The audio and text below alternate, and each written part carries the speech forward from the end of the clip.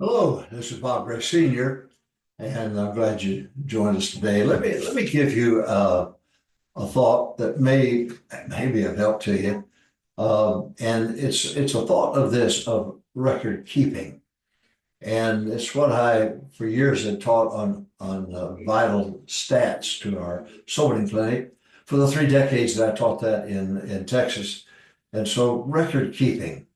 I think it'll be worth considering, and I think be of help to you. For example, I now that I'm here, and I had to, of course, get new doctors and everything when I moved to Florida after my wife went to heaven, and I was sitting there thinking about this. A doctor has checks your vitals. A nurse will come in, maybe check your blood pressure, your oxygen level, and then they'll have you do a urine test. Sorry to be so graphic, but then they will check you out with what they call the vital stats. And a doctor keeps charts. For example, when I moved here, the urologist that I have here uh, got my counts and everything from the doctor I had in Longview, Texas.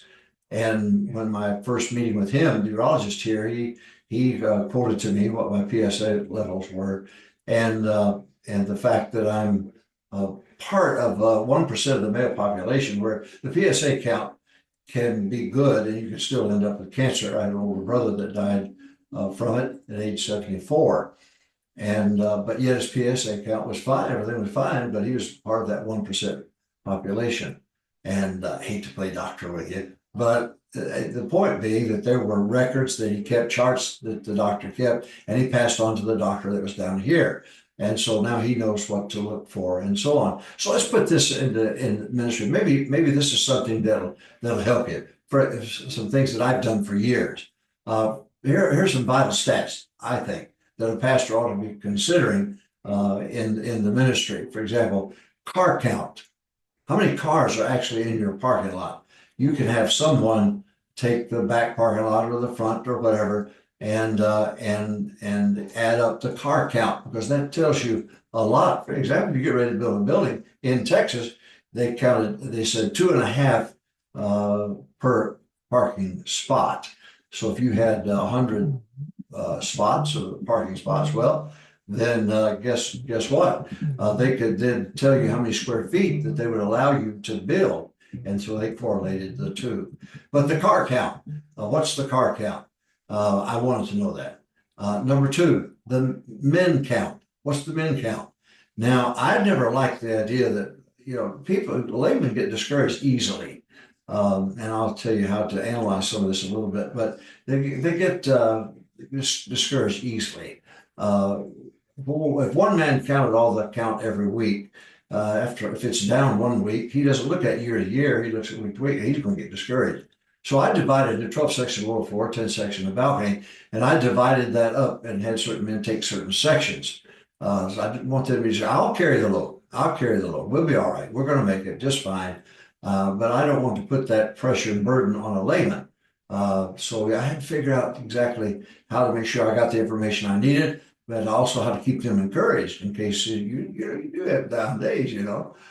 So vital stats as a pastor and a leader. What do I do? I pay attention to car count.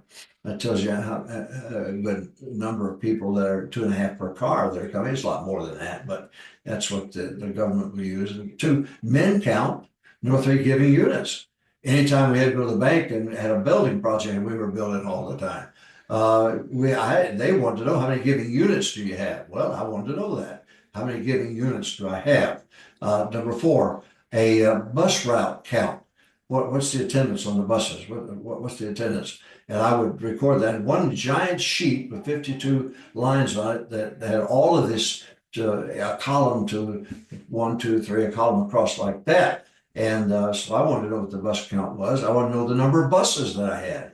I would get that count. I want to know the number of bus workers that showed up on Saturday. I wanted to know that number. What was it? We averaged about 250 on Saturday. That's a lot of people were working bus routes. Then I wanted to know the bus driver count.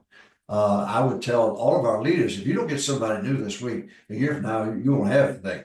I tell the choir, Dr. Paul Duckett Jr., you better get somebody else to join the choir, because a year from now, or 2 years or 10 years, there'll be no choir. So whatever ministry it was, I wanted to make sure we were adding one. So bus driver count, and CDL, a lot of things have changed since we first got into it, but you need to get that bus driver count, and you know what it is, and add to it. Sunday school class count. How many Sunday school classes do you have? The smaller the classes, the broader the base, the bigger the building. So Sunday school class. How about soul winning attendance? We had 8 soul winning meetings. I wanted to know what that count was. I wanted to know, are we doing okay? We're not doing okay? And I knew the seasons where we'd be down, like holiday season, summertime, and so on. And so I wanted to raise my lows, but I couldn't raise them. I didn't know what they were. So winning attendance. How about Sunday night count? How about Wednesday night count? How about the number of professions? How about the number of baptisms?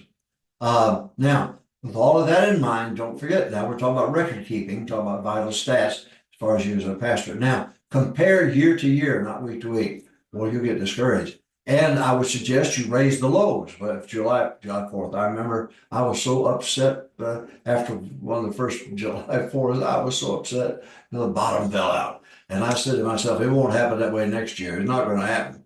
Not going to happen. So I would work on raising my lows, especially holidays. I wanted to make sure that those lows were raised. I didn't try to break a record or anything, but I didn't want it to go any lower than what it was. So just some thoughts that I had. I think something that may be a blessing to you, something that may be a help to you. Talking about record keeping, your doctor does it. Oh, but I don't want to know about the giving of the people. I don't want to know that. Well, I did. If they came in and said, Pastor, would you help with my finances? First thing I want to know is, are you tithing? Are you going soul winning? Are you faithful to church? That's the first thing I want to know. How am I going to know that if I don't have a record of it? And so it's important. So you say, well, I don't want to know the blood pressure and so on. No doctor says that. No doctor says, well, it'll influence my feeling about you and so on. No, you need to know the stats in order for you to make proper decisions and so on. And to make sure that you have a future, you've got to know about the past. You've got to keep records. You've got to have a good record. I had a records secretary, and she was the best. And she's in heaven now. But boy, what a great help she was to me. And she solidified numbers and made sure that the numbers coordinated all the way across the board.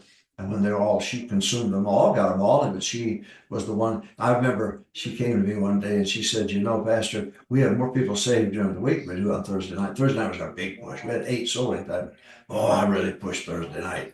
625 people on average went up. Wednesday night, Thursday, you're going to get old someday, Thursday night. And that was a big push for me.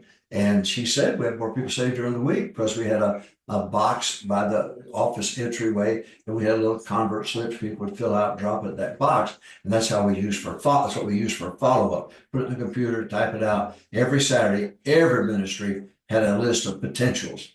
And so, but it was a wonderful blessing. Vital stats. Hey, just an idea. Maybe something that might help you. God bless you. I hope you can use it.